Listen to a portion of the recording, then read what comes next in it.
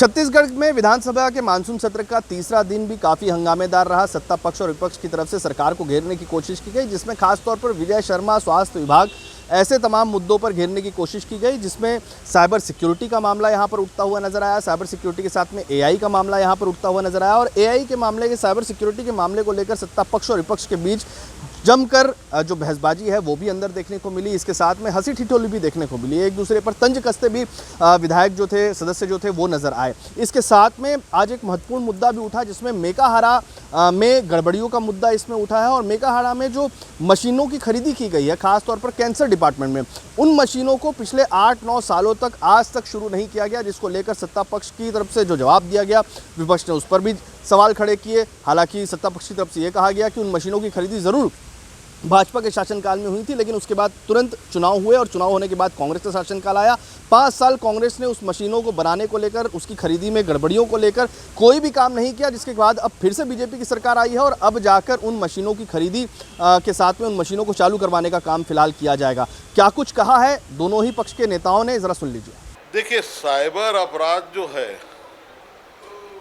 वो तेजी के साथ में जो है ठगी का मामला है कि इसका ये नहीं है कि हम विवेचना करेंगे, चोर को पकड़ेंगे, पैसा वसूलेंगे, ये उससे इस अपराध का निराकरण नहीं है।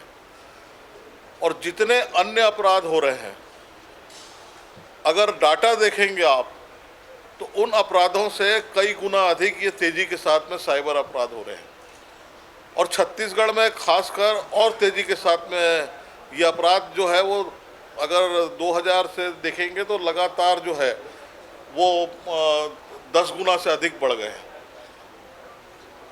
और इसके अंदर में जब तक के सशक्त थाना साइबर का नहीं होगा, जो स्वयं विवेचना करे और तत्काल पकड़ने की व्यवस्था करे, और इसके लिए बैंक जो है वो भी बहुत हद तक के जिम्मेदार होता है। बैंक के अधिकारी कर्मचारियों के अंदर भी भय होना चाहिए। सब लोग इस बात से अवगत है कि 1 लाख से अधिक की रकम जब खाते से निकलती है तो हमको फ़ोन आता है कि ये 1 लाख से ऊपर की रकम है, ये आपने इसमें सहमति दिया है कि नहीं दिया है। यहाँ तो करोड़ों रुपया जो है वो बैंक से निकल रहा है और अनेक स्तर पे जो है ये पैसा निकल रहा है और ख़ासकर जो है साइबर के माध्यम से बहुत सारे लोग आत्महत्या करने के लिए मजबूर हो रहे हैं।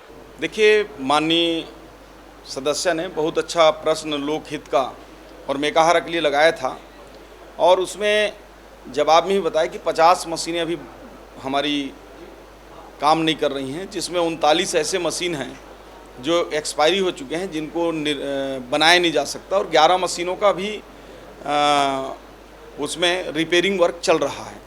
जो 39 हैं उसमें 39 के 39 सभी मशीनों का खरीदी प्रक्रिया चालू है। लगभग 82 करोड़ रुपए की लागत से हम नए मशीनों को खरीद रहे हैं और कई मशीनें तो 2018 से बंद हैं, कई 2020 से बंद हैं, कई मशीनें 2021 से बंद हैं।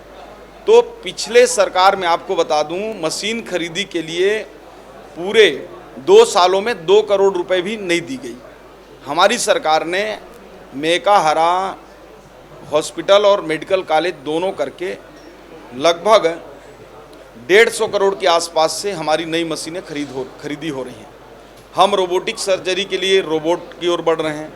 हमारे जो नए CT MRI लंबे समय से ख़राब हैं, उसकी भी खरीदी का प्रोविज़न किए हैं और इस प्रकार से मेकाहारा में पहले से व्यवस्थाएं बेहतर हुई हैं और पिछली सरकार ने उसमें किसी प्रकार का न तो मशीनों को बनाने का काम किया, न तो नए मशीन खरीदने का काम किया। ज्यों का त्यों स्थिति उन्होंने रखा और हमारी सरकार आई तो हमने बजट में प्रावधान किया, CM PSTF से लिया और लगभग 150 करोड़ की लागत से नए मशीनों का खरीदी प्रक्रिया चालू है। जाहिर सी बात है, छत्तीसगढ़ में बढ़ते क्राइम को लेकर और ख़ास तौर पर आर्टिफिशियल इंटेलिजेंस के साथ में जो डिजिटल अरेस्ट का मामला है, ऐसे कई मामले हैं जिनको लेकर सदन में आज सदन काफ़ी गरमाया रहा। क्राइम के मुद्दे को लेकर विपक्ष जो है वो सरकार को घेरने की कोशिश करता रहा, जिस तरीके से बयानबाजियां भी सामने आई। और दूसरी तरफ देखा गया कि मेकाहारा में जो छत्तीसगढ़ का सबसे बड़ा मेकाहारा जो है वो स्वास्थ्य अस्पताल है, छत्तीसगढ़ का सबसे बड़ा अस्पताल है और सबसे ज़्यादा बेहतर फैसिलिटीज़ के लिए यहाँ पर इस अस्पताल को बनाने की कोशिश की गई थी। और उसके साथ में जो मशीनें हैं, उन मशीनों को लेकर ये कहा जाता है कि जो खास तौर पर कैंसर अस्पताल, जो कैंसर डिपार्टमेंट है, उनमें अगर उन मशीनों की सही तरीके से खरीदी के साथ में अगर उनको सुचारू रूप से चालू कर दिया जाता तो आज छत्तीसगढ़ ही नहीं, मध्य प्रदेश का सबसे बड़ा सरकारी अस्पताल होता जहां पर कैंसर के इलाज को लेकर सबसे बेहतर फैसिलिटीज़ वहां पर दी जानी है। हालांकि लगातार गड़बड़ियों की बात सामने आती है। इन्हीं गड़बड़ियों को लेकर जब पत्रकार वहां पर जो है जानकारी लेने के लिए जाते हैं तो उन्हें भी रोकने के लिए एक फरमान जारी कर दिया जाता है। जाहिर सी बात है कि न सुविधाएं वहां पर अस्पतालों में मिल रही है और न ही मशीनों को सही तरीके से व्यवस्थित किया गया है। बड़ी घोटाले, बड़े गड़बड़ियाँ, दवाइयों का भी जो हेरफेर है वो भी लगातार इस मामले सामने आते रहे हैं।